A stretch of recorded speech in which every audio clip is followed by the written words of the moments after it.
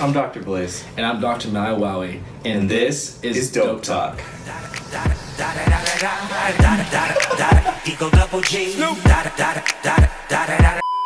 Since November 10th of 2016, marijuana has been legalized in the state of California for medical and recreational use. Its legalization has brought many problems along with it.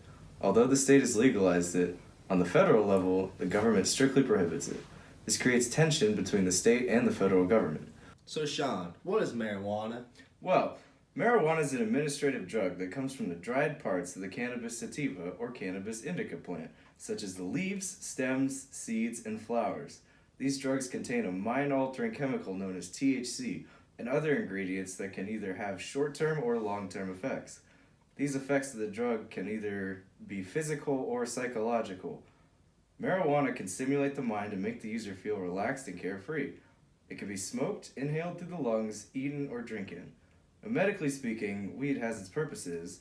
The active chemicals in weed have the ability to reduce anxiety, reduce inflammation and relieve pain, control nausea and vomiting by cancer, kill cancer cells and tumor growth.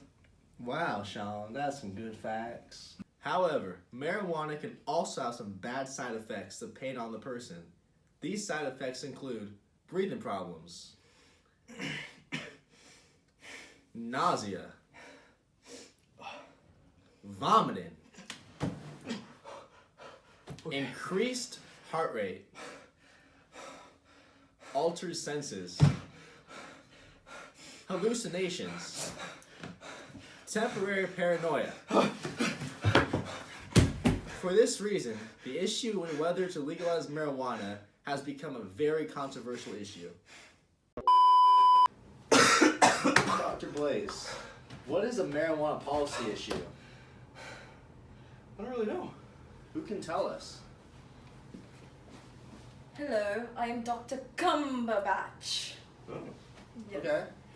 So, the policy issue. California voters passed Proposition 64, the Adult Use of Marijuana Act, on November 8, 2016. Under Proposition 64, adults 21 years of age or older can legally grow, possess, and use cannabis for non-medicinal purposes with certain restrictions.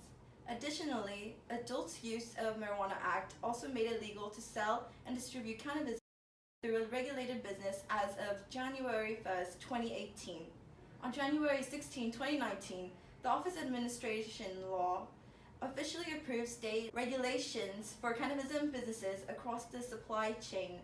The California State Legislature passed a budget trailer bill, Senate Bill 94, that integrated MRCSA and ALMA to create the Medicinal and Adult Use Cannabis Regulation and Safety Act.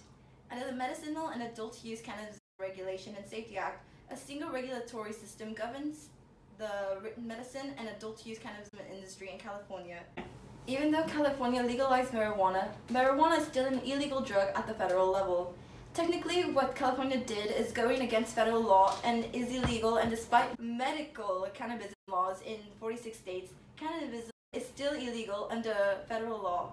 The federal government regulates drugs through the Controlled Substance Act, which does not recognize the differences between medical and recreational use of cannabis. Excellent. Thank you, Doctor. Appreciate your help. Now, who's impacted? Originally, marijuana was legalized for medical uses. It was used to treat people with disabilities, both physically and mentally. Physical issues such as cerebral palsy, asthma, and seizures, and mental issues like autism and bipolar disorder. Now that recreational marijuana is legal, it's opened up to mostly the younger population. Kids start experimenting as young as 12 years old. We're talking middle schoolers here. Adolescents. Besides the people using marijuana, it still has a huge impact on the people that don't use it. Cases of drivers that get into accidents while under the influence, affecting not only themselves, but the other driver, both in negative ways. Marijuana dispensary locations can also have an effect on the people living in the area. Because the recreational users go to the dispensary to get their drugs, it can bring unwanted smells and different types of people, scum, to the community. Crime rate could possibly increase because of the lack of security at that dispensary. Excellent point. Thank you. Ladies and gentlemen, Dr. Phyllis! Now, Dr. Phyllis, what are the major groups, stakeholders, and interested parties? Okay. So actually some of the major groups interested in the legalization of marijuana are communities in financial need. Cities which are financially deprived strive by allowing marijuana dispensaries to be built. For example, Desert Hot Springs is a city in California which allowed dispensaries to be built in the city to bring in more people and tourists and money. It created jobs for many residents by having 24/7 security guards. The city will be able to tax the growers every year and receive tax revenue. The mayor said the revenue would be used to build and fix the city up. Another major group involved are pharmaceuticals, companies that use cannabis in their medication. It allows the companies and businesses to grow and develop further. The JW Pharmaceuticals that develop cannabinoids help cancer patients with pains, and the patients are also another major group who are dependent on the legalization of marijuana. that's awesome, Dr. Phyllis. Thank you so much for being here. Oh, you're welcome. Wow. Ladies and gentlemen, once again, Dr. Phyllis. And now, we have Senator Matrix! Live from Colorado, explaining the viewpoints of marijuana legalization. Hey doctors, thanks for having me. As far as the viewpoints of marijuana legalization go, those for its legalization claim that legalizing marijuana will provide a variety of economic, health, and social benefits. Those benefits include kids not having records, preventing them from getting jobs, housing, and student loans over a drug so normalized today, where it's legal in some states, but other states like Texas, for example, can earn you 180 days in jail, providing a permanent record that will forever impact your life and choices. States can also control the distribution, production quality, and the taxation, earning billions of dollars in revenue while simultaneously decreasing the black market's marijuana sales because it will be legal and people won't have to look elsewhere to purchase it. Legalizing will also provide a regulated marijuana industry that can create jobs with good wages and benefits. Those pushing for legalization also provide research that shows that marijuana is less addicting than alcohol and tobacco. As a matter of fact, 1 in 10 people may conceive an addiction to marijuana, whereas 1 in 6 people may become addicted to alcohol. Tobacco's case isn't any better, as research shows that 1 in 4 people will become addicted. And while those for legalizing marijuana make good points, the opposition also has various things to say against marijuana's legalization, including that it will not end the black market because cartels and other merchants in the black market make most of their profit from non-marijuana and other serious issues like human trafficking. Legalizing will instead allow the black market to target kids more persistently since they won't be able to purchase marijuana legally. And when that happens, as it already is a popular drug amongst kids, legalizing will lead us into a slippery slope as marijuana is known to be the gateway drug. And those were the viewpoints. Thanks, Doctor. Thank you, Senator Matrix. And now, welcoming back Dr. Phyllis and Dr. Cumberbatch!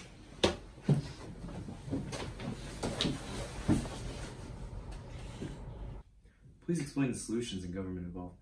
Alright, so marijuana should be legalized, taxed, and then regulated. By doing so, it will reduce criminalization and won't harm certain groups of people in communities, such as young people and people of color, who are being exploited due to the legal status of the drug.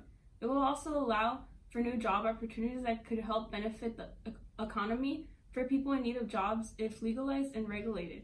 Tax revenue for the state and local governments would increase while regulating marijuana sales. As marijuana is being legalized in some states, it's becoming more common to test marijuana, which is consumer safety protocols, and allows consumers to get a better understanding of the drug and its properties. In the federal government, bills are being introduced to legalize marijuana in support of racial justice and helping communities that are devastated by the constant war on drugs. The Marijuana Justice Act in the U.S. Senate has been introduced by Senator Cory Booker, states strengthening the 10th Amendment through Entrusting States Act, which, if passed, could prevent the federal government from intervening in states who have legalized marijuana. Thank you. If your solution costs money, where will that money come from? Entrepreneurs who are in the business, serial investors, PACs and super PACs, as well as organizations such as Veterans for Medical Cannabis Access, the National Cannabis Industry Association, just to name a few. Many outside business people will specifically support it because the profit margins are currently substantial. Some of the barriers to given solution concern the taxation and legalization of marijuana. It will be hard to get a tax pass on marijuana to have the majority of voters pass it and be okay adding this tax to their list of pre-existing taxes. Getting marijuana legalized will also be difficult to do since a bill has to be passed by the majority of Congress and then be passed by the president and not be vetoed. Today, I'm going to take you guys to my hometown of Fresno, California, where I interview a sergeant from the Fresno County Sheriff's Office about his experiences with handling marijuana.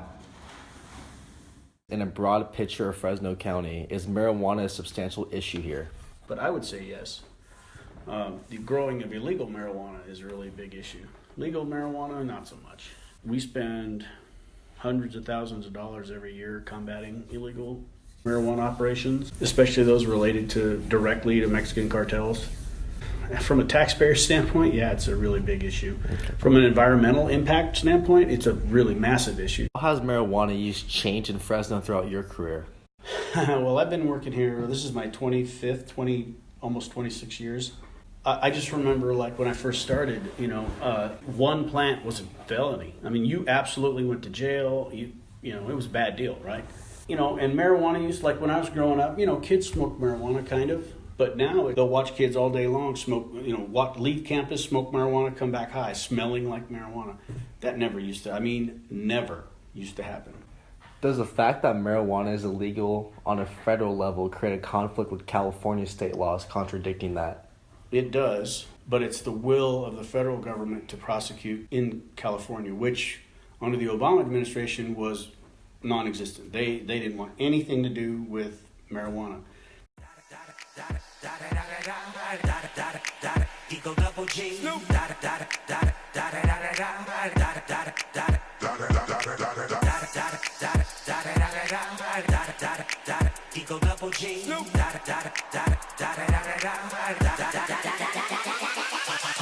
By them all, yeah, I'm burning it up. DPGC, you should be turning it up. CBT, LBC, yeah, we hooking back up. And when they bang us in the club, baby, you got to